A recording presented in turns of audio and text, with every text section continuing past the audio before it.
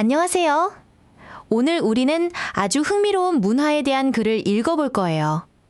미국 시골에 가면 울타리 기둥 위에 낡은 카우보이 부츠가 덩그러니 놓여 있는 걸 볼 수 있다는데요. 과연 이게 어떤 비밀을 담고 있는지 함께 알아봅시다. 본문을 읽기 전에 중요한 단어 몇 개만 먼저 볼게요. 첫 번째 단어는 트리치션. 이 단어입니다. 전통이라는 뜻이죠. 이 글은 바로 이 특별한 전통에 대해 설명하는 글이에요. 다음은 렌처즈. 이 단어입니다. 목장주들이라는 뜻인데요. 바로 이 전통을 만들고 지켜온 사람들이겠죠? 그래서 계속 등장할 테니 꼭 기억해 두세요. 세 번째 표현은 펜스 포스트예요. 울타리 기둥을 말합니다. 카우보이 부츠가 바로 이 펜스 포스트 위에 놓여 있답니다. 글의 배경이 되는 장소죠. 마지막 단어는 communicate. 이 단어입니다. 의사소통하다라는 뜻이죠. 옛날 사람들은 부츠를 통해 어떻게 소통했을까요? 이 단어가 글의 중요한 열쇠가 될 거예요. 자, 이제 첫 번째 문장부터 차근차근 읽어볼게요. In rural areas of the United States, 미국의 시골 지역에서는 You may see cowboy boot on fence posts, 울타리 기둥 위에서 카우보이 부츠를 볼 수도 있다고 하네요. 이렇게 글의 주제를 던져주며 시작하고 있어요. 두 번째 문장은 아주 짧고 명확한 질문입니다. Why are boots placed like that? 왜 부츠가 그렇게 놓여 있을까요? 라고 묻고 있죠. 이제부터 이 질문에 대한 답을 찾아가는 여정이 시작될 거예요. 여기서 잠깐 문법 하나 짚고 갈게요. are boots placed 부분을 보세요. 부츠가 스스로 무언가를 놓는 게 아니라 사람에 의해 놓여지는 거죠. 이렇게 주어가 동작을 당할 때 비동사 플러스 과거분사, PP 형태를 쓰는데 이걸 수동태라고 해요. 질문이라서 비동사인 all, 이 동사가 주어인 boots, 이 단어 앞으로 쏙 나간 거랍니다. 자, 이제 질문에 대한 첫 번째 답이 나옵니다. Ranchers used to leave their boots on fence posts. 목장주들이 울타리 기둥에 부츠를 남겨두곤 했대요. 왜 그랬을까요? To show they were home. 바로 자신들이 집에 있다는 걸 보여주기 위해서였군요. 이 문장에도 중요한 표현이 있어요. 바로 used to live 이 표현입니다. used to 이 표현 뒤에 동사원형이 오면 과거에는 하곤 했다는 뜻이에요. 지금은 꼭 그렇지는 않다는 뉘앙스도 담고 있죠. 나중에 배울 때 익숙하다는 뜻의 be used to i인기 이 표현과 헷갈리면 안 돼요. 아니, 왜 굳이 부츠로 소통했을까요? 네 번째 문장이 그 배경을 설명해 줍니다. long ago, 아주 오래전에는 there were no phones or electricity. 전화나 전기가 없었기 때문이에요. 아하, 그래서 다른 방법이 필요했군요. 여기서 there were, 이 표현을 볼게요. 이 있었다라는 뜻이죠?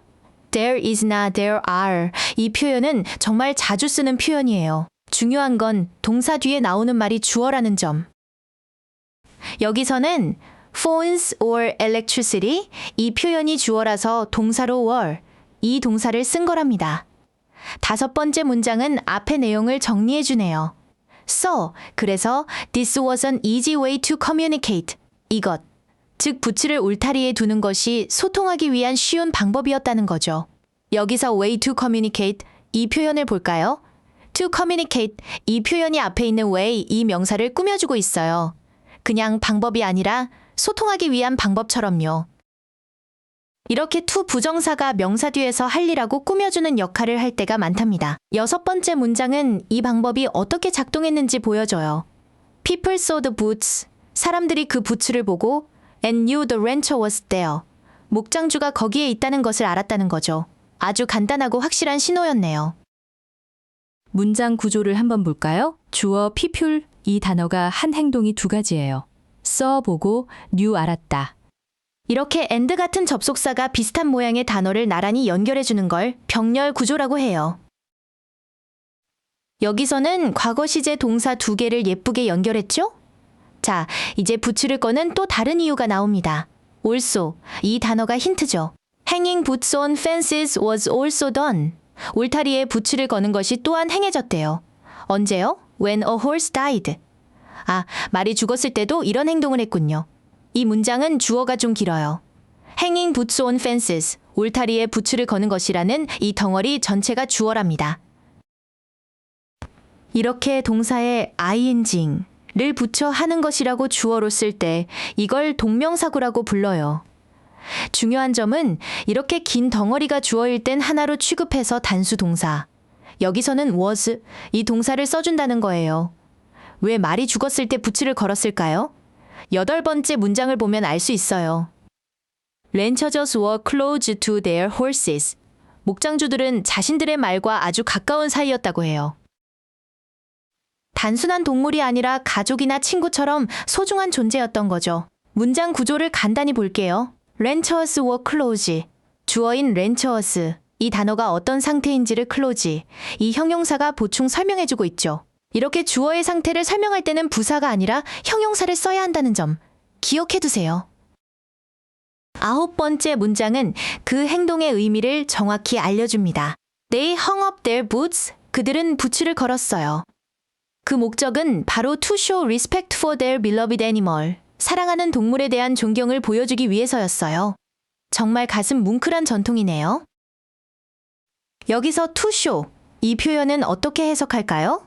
존경을 보여주기 위해서라고 목적을 나타내고 있죠. 이렇게 to 부정사가 문장 앞에서 한 행동의 이유나 목적을 설명해 줄 때가 아주 많아요. 하기 위해서라고 해석되면 바로 이 용법이랍니다. 이 전통에는 또 다른 의미가 있었네요. 10번째 문장입니다. The same practice was done. 똑같은 관행이 행해졌대요. 언제냐면 when a fellow rancher passed away. 동료 목장주가 세상을 떠났을 때도요.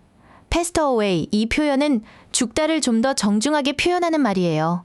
여기서도 수동태가 또 나왔네요. The same practice was done. 관행이 스스로 무언가를 하는 게 아니라 사람들에 의해 행해지는 거니까요. 주어인 practice, 이 단어가 단수, 즉 하나니까 비동사도 과거형 단수인 was, 이 동사를 쓴 거고요. 이제 수동태, 조금 익숙해졌죠? 11번째 문장은 이 행동의 의미를 다시 한번 정리해줍니다. They could honor their friend in this way. 그들은 이런 방식으로, 즉 부츠를 거는 방식으로 친구를 honor, 기릴 수 있었다는 뜻입니다.